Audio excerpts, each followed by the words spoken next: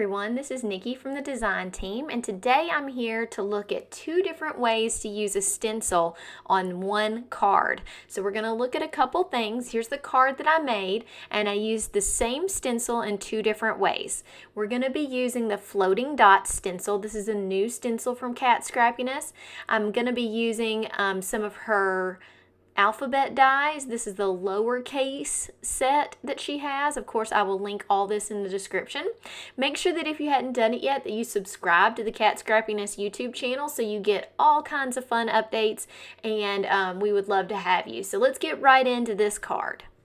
So the first thing that we're going to do is called dry embossing. Dry embossing means using a stencil and using pressure from a die cutting machine to create an impression. I really love how this looks on a white background. It just gives it that raised effect, which looks really cool. I'm going to use this Spellbinders machine, which it actually, on its platform, it actually tells you what to do in the steps. It says how to emboss a cut shape. So we're doing that, and we're following those instructions with a stencil. So I just have to remind myself which way I'm going to make this card. I'm going to make this card more in a landscape versus a horizontal or vertical card. And so I'm making sure I've got my paper and my stencil arranged correctly, because this stencil looks like it's falling down, so you want to arrange it the right way. You don't want it to be going sideways. I usually use a piece of tape to hold mine in place, especially with Spellbinders, because I feel like it can kind of move around on the platform. So I use some tape to hold it where I want it to be, and then I'm going to flip it back over, because you want the stencil down and then the paper. And then we're going to add their embossing plate, which is the brown kind of floppy mat they have. And then the next kind of bluish purple mat. And then we're going to run that all through the Spellbinders machine, and I'm going to show you what it looks like. Okay, so you got to take the tape off. I'm going to show you what this reveal looks like.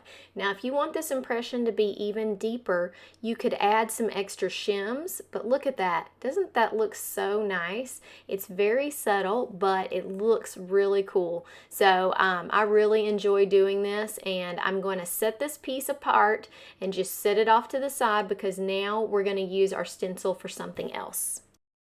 Okay, so I've got my stencil taped down to the piece of paper, and it's on my Waffle flower media map. Now I'm trying to decide what inks I'm going to use. So I found these two pieces of scrap paper that I want to cut and back my word with, and then I pulled out my swatches of Distress Oxides, and I'm going to pick a color that is similar so that I can do this stencil to match and have these two things right behind those stencils. So I felt like Prize Ribbon was really good with this. The other one, Twisted Citron, Mowed Lawn would probably work as well on the green, but I decided to go with Twisted Citron. So you could really use either of these. You can see I did a little bit of swatching down at the bottom of this stencil. One of those is Mowed Lawn, the middle one is Twisted Citron, and then this is Prize Ribbon. And I'm just making sure that that really looks good with the paper and that I'm correct on those colors. Then I'm going to use, since I'm going to cut out the word wish, I don't have to stencil this entire thing. So I'm taking my new blending brushes from Scrappiness. They're a circular small brush, and I'm just randomly doing blue and green dots. If there's a couple of areas where they're really teeny tiny dots, and I bring in, she has another one that's a really detailed brush. So I used this size brush, and then I also used this super detailed brush right here.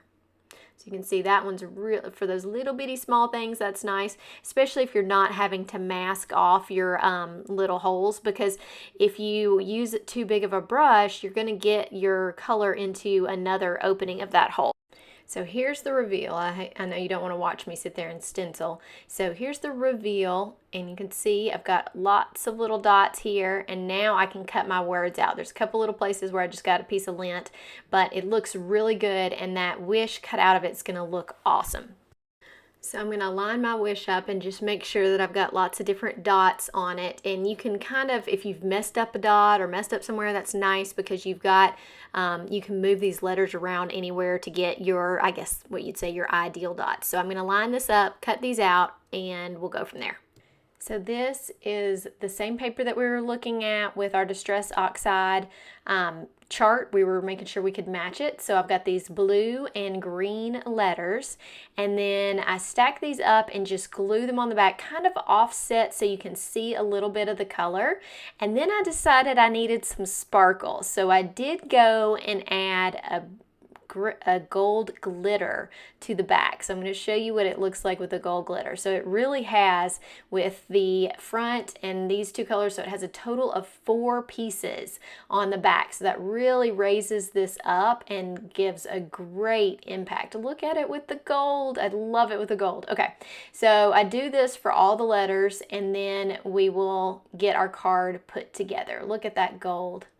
Looks awesome. So while I was cutting pieces out, I got some of my birthday essentials. I got the candles out and cut them in the green, the blue, and the gold. And then I'm kind of almost like inlaid die cutting. I'm adding pieces to accentuate these candles. So I'm putting a little bit of gold on each candle, and I'm going to use the gold as the flame on both of the candles to help tie it together. This glitter paper, I'll link it in the description, but it's part of a gold variety pack that's a 6x6 paper pad. Kat carries these in the store, and if you do not have this paper pad and you love gold like I do, you definitely need to get it. It's by Tonic Studios and it's called Craft Perfect, but just look in the description and I'll make sure to link it there for you. So I love the glitter part of that. They've got some great gold foils in that pack, and it's just a 6x6 page, so I feel like I get a lot of use out of it. I've had the same pad for probably a year and use it all the time. So I'm going to go right into the next step of this card. You don't have to put anything else, but I kind of got the idea for using the word wish from this die from Cat Scrappiness. It's a Make-A-Wish die, and so what I'm going to do is just cut out the make-a and use that part on the card. So I'm just using several layers of black cardstock layered on top of each other. All that's left is to set up the card. So you see I've put my candles together, I've got my make-a, and I've already glued down wish. So I'm just going to glue this with some liquid glue, and I'm using my T-ruler to make sure that I get it straight. So I'm going to get this put on there, and then I'm going to show you the final card. Make sure that if you're going to go shopping today that you use the links in the description. That really helps support me, and I appreciate it so much. So do that. Make sure you've subscribed to the channel, and let me show you the final card. Alright, so see all that dimension on the background?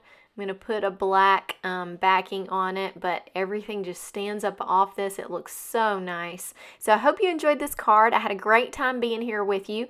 Thanks so much. Make sure you check the links in the description and subscribe to the channel. I hope to see you again soon. Bye!